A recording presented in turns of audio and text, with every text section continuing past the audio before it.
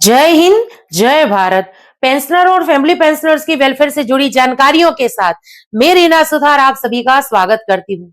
आज के इस वीडियो की शुरुआत करते हुए सबसे पहले बात होगी उन टॉपिक की जिसकी जानकारी आज के इस वीडियो के माध्यम से मिलने वाली है। देखिए, सबसे ज्यादा कमेंट्स हमें इन्हीं विषयों को लेकर आए हैं। जैसे राज्य सरकार के जो कर्मचारी हैं उनको 18 महीने का डीएडीआर का एरियर मिलेगा या नहीं।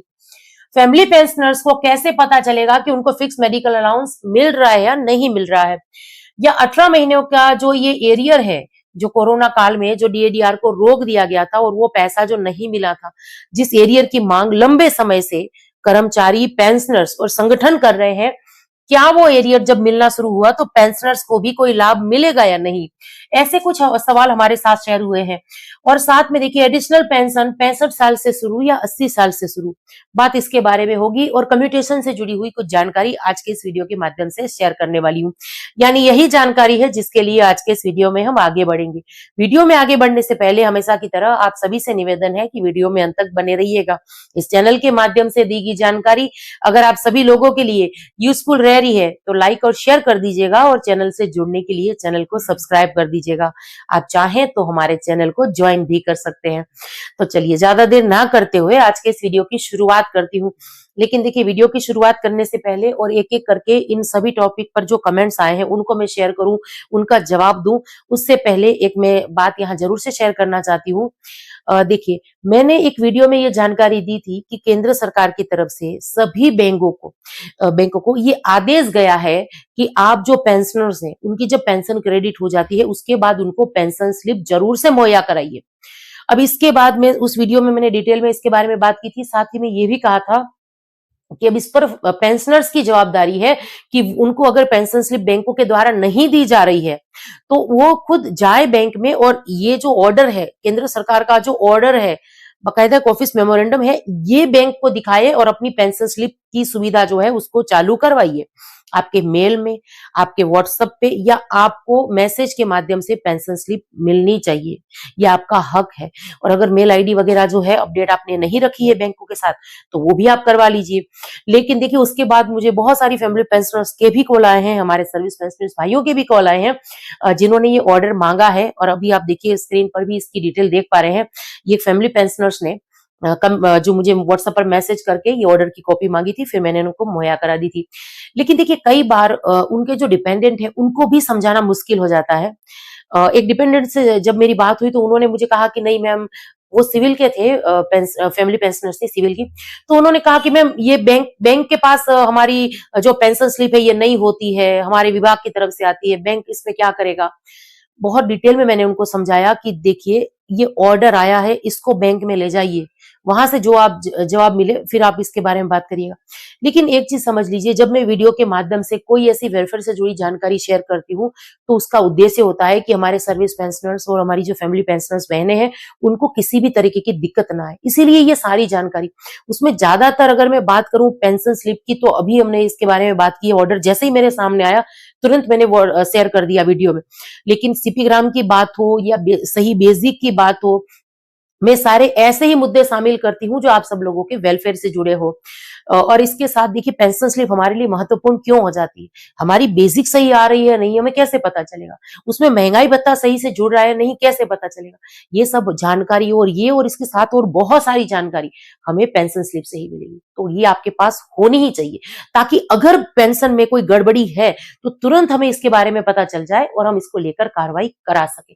पहले आपने सुना होगा, बहुत जो पुराने पेंशनर्स हैं, जो फैमिली पेंशनर्स हैं, वो अभी भी ये उनको कहते हुए आपने सुना होगा कि जो सरकार पेंशन हमें दे रही थी हम ले रहे थे, या बैंक से जो क्रेडिट हो रही थी हम ले रहे थे, हमें क्या पता था सही पेंशन आ रही है या नहीं। लेकिन पेंशन स्लिप हमारे लिए वो सुविधा है जिससे हमारी ये दिक्कत खत्म हो सकती है, तो जरूर से ये सुविधा चालू करवाइएगा। चलिए, अब वीडियो में आगे बढ़ते हुए बात करते हैं राज्य सरकार के जो कर्मचारी हैं उनको क्या 18 महीनों का जो डी एरियर है वो मिलेगा या नहीं। देखिए, कुछ ऐसा ही कमेंट्स हमें आया था, तो इसका मैं जवाब दे दूं कि देखिए, केंद्र सरकार ने जब 18 महीनों के दौरान कोरोना काल में जो डीएडीआर को रोक दिया था, उस एरियर को रिलीज करती है, वो पैसा देती है तो राज्य सरकार को भी ये करना पड़ेगा, वो उनकी अपनी इच्छा पर है। लेकिन जब अभी तक केंद्र सरकार ही इस पर सहमत नहीं हुई है तो राज्य सरकार के जो कर्मचारी हैं उनके लिए तो हम क्या ही कहें। और उम्मीद करती हूँ कि आने वाले दिनों में इसको लेकर कुछ पॉजिटिव जरूर से होगा। पर ये एरियर जो है वो सभी को लागू है। चलिए अगला कमेंट देख लेते हैं। एक लिख रहे हैं कि मैडम हमको कैसे पता करें कि फिक्स मेडिकल अलाउंस जो है वो मिलता है या नहीं, ईसीएचएस सहूलियत मिलती है, कोई जानकारी है तो बता दीजिएगा, क्योंकि पेंशन स्लिप में एफएमए के बारे में कुछ नहीं दिया जाता। देखिए ये हमारे डिफेंस के पेंशनर्स डिपेंडेंट लिख रहे हैं यहाँ पर, उनकी माता जी जो है वो डिफेंस आर्मी, उनके हस्बैंड आर्मी में थे और पेंशन उनको आ रही है, मैं जानती हूँ। लेकिन यहाँ पर देखिए ये जो लिख रहे हैं कि पेंशन स्लिप में नहीं लिखा होता, ऐसा नहीं है। अभी जो मैंने शेयर किया कि जो सिविलियन के लिए भी जो पेंशन स्लिप की सुविधा आई है उसमें भी फिक्स मेडिकल अलाउंस का अलग से एक कॉलम था, वो डिटेल में मैंने उस वीडियो में बात की है। वो पेंशन स्लिप भी शेयर की थी जो उस ऑफिस मेमोरेंडम के साथ थी। और अगर मैं बात करूं हमारे डिफेंस के पेंशनर और फैमिली पेंशनर्स की, तो देखिए जब पर्स में लॉग इन करके आप पेंशन स्लिप डाउनलोड करेंगे तो उसमें ये सारी डिटेल है, नाम, उसमें बैंक में अकाउंट में आता है पेंशन, वो आधार कार्ड का नंबर वगैरह। इसके साथ साथ सर्विस पेंशन, फैमिली पेंशन जो है उसकी बेसिक कितनी आ रही है और महंगाई भत्ता उसमें कितना जोड़ रहा है, फिक्स मेडिकल, ये सारी जानकारी होती। लेकिन अगर आप ध्यान नहीं देंगे तो ये आपको नहीं पता चलने वाला है। तो प्लीज मेरी रिक्वेस्ट है आप सभी से कि इन सब चीजों के बारे में आपको ध्यान रखना चाहिए। और जहां पर मैं बार बार, अगर आप रेगुलर वीडियो देख रहे होंगे तो जो नॉर्मल सवाल है उसके जवाब तो आपको खुद ब खुद पता होंगे ही। अगर आप ईसीएचएस की सुविधा ले रहे हैं, आपकी माताजी के पास ईसीएचएस का कार्ड है, तो फिर फिक्स मेडिकल अलाउंस का 1,000 रुपया नहीं मिलेगा। ये नॉर्मल बात है और इसके बारे में आप सभी को पता होना चाहिए। चलिए अगला कमेंट है। एक लिख रहे हैं कि मैम गुड मॉर्निंग, 18 महीने के डीएडीआर के एरियर के बारे में यहाँ पर ये पूछ रहे हैं। देखिए केंद्र सरकार के सभी कर्मचारी पेंशनर्स आज बेसब्री से 18 महीनों के डीएडीआर के एरियर का इंतजार कर रहे हैं। माननीय सुप्रीम कोर्ट की भी अगर बात करूं तो ऐसे मामलों में उनका भी साफ साफ कहना है कि देखिए आप कुछ आर्थिक परेशानी की वजह से, तंगी की वजह से, या अगर देश कोई आर्थिक विपदा में है तो आप ऐसे समय के लिए आप ऐसी चीजों को कुछ समय रोक तो सकते हैं, लेकिन बिल्कुल डिनाई नहीं कर सकते, बिल्कुल मना नहीं कर सकते आप कि आप भुगतान करेंगे ही नहीं। तो उम्मीद हमें बनाए रखनी है। आने वाले दिनों में हो सकता है कि इसको लेकर कुछ पॉजिटिव चीजें हो, और जैसे भी होगा इस वीडियो के माध्यम से मैं शेयर कर दूंगी। बाकी सोशल मीडिया में जो अलग अलग चैनल में आपने भी देखा होगा, वीडियो में देखा होगा, जो रोज ही ये खबरें दिखा रहे हैं कि 18 महीने के डीडीआर के एरियर को लेकर मीटिंग हो गई, कंफर्म हो गया, ऐसा कुछ भी नहीं हुआ है। अभी तक इसको लेकर कोई भी डिसीजन केंद्र सरकार ने नहीं लिया है।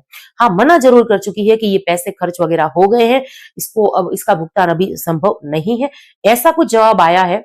बाकी इसको लेकर अभी लेटेस्ट की बात करूं कि जो सोशल मीडिया में कुछ चैनल बता रहे हैं कि मीटिंग्स हो रही है, ऐसा कुछ भी नहीं हो रहा है। इस चैनल के माध्यम से, अगर मैं वीडियो के माध्यम से मैं जानकारी शेयर करूं तभी इस पर विश्वास आप करिएगा। चलिए अगला कमेंट है। एक लिख रहे हैं कि मैडम जी हम हरियाणा सरकार के पेंशनर्स आपके ध्यान में एक बात लाना चाहते हैं कि पंजाब, हिमाचल प्रदेश तथा चंडीगढ़ के पेंशनर्स को 65 वर्ष से ही एडिशनल पेंशन मिल जाती है, लेकिन हरियाणा सरकार के पेंशनर्स को ये लाभ नहीं मिलता, जो कि अन्याय है। आपसे अनुरोध है कि आप इस मुद्दे पर बात करिए। देखिए कोई राज्य अपने जो कर्मचारी या पेंशनर्स हैं उनके हित में कदम उठाती है तो ये बहुत ही बेहतरीन बात है, और ऐसे कदम उनको लगातार उठाना ही चाहिए। क्योंकि देखिए हम जो कर्मचारी या पेंशनर्स हैं उन्होंने वो भी अपनी सेवा दे रहे हैं, तो ये बहुत अच्छी बात है कि जैसे कि आप लिख रहे हैं कि हिमाचल तथा हिमाचल प्रदेश के जो पेंशन कर्मचारी हैं उन या जो पेंशनर्स हैं उनको 65 वर्ष में एडिशनल पेंशन शुरू हो जाती है। देखिए मेरे पास इसके बारे में ज्यादा जानकारी नहीं है, पर डिटेल में इस पर मैं वीडियो जरूर से बनाऊंगी। और रही बात की इसके बारे में बात करने की, देखिए अगर जरूरी जानकारी है तो वो हम जरूर शेयर कर देते हैं।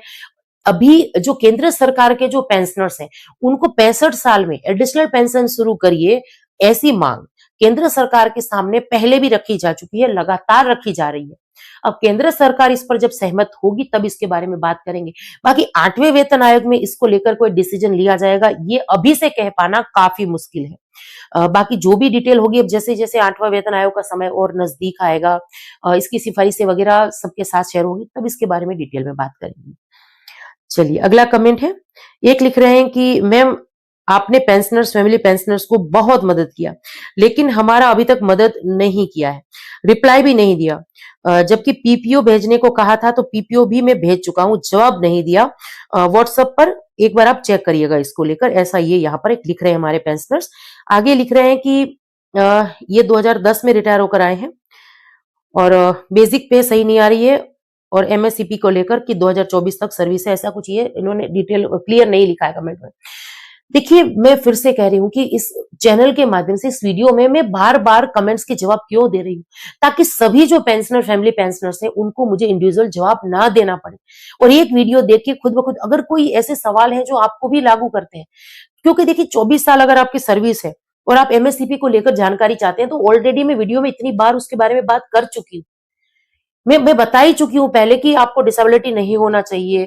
तो सारी अगर आप ध्यान से पूरे वीडियो देखेंगे तो आपको किसी की भी मदद की जरूरत नहीं पड़ेगी और यही मेरा उद्देश्य है। साथ ही में कैसे कार्रवाई करनी है एसीपी, एमएससीपी को लेकर, इसके बारे में भी मैं बात कर चुकी हूँ।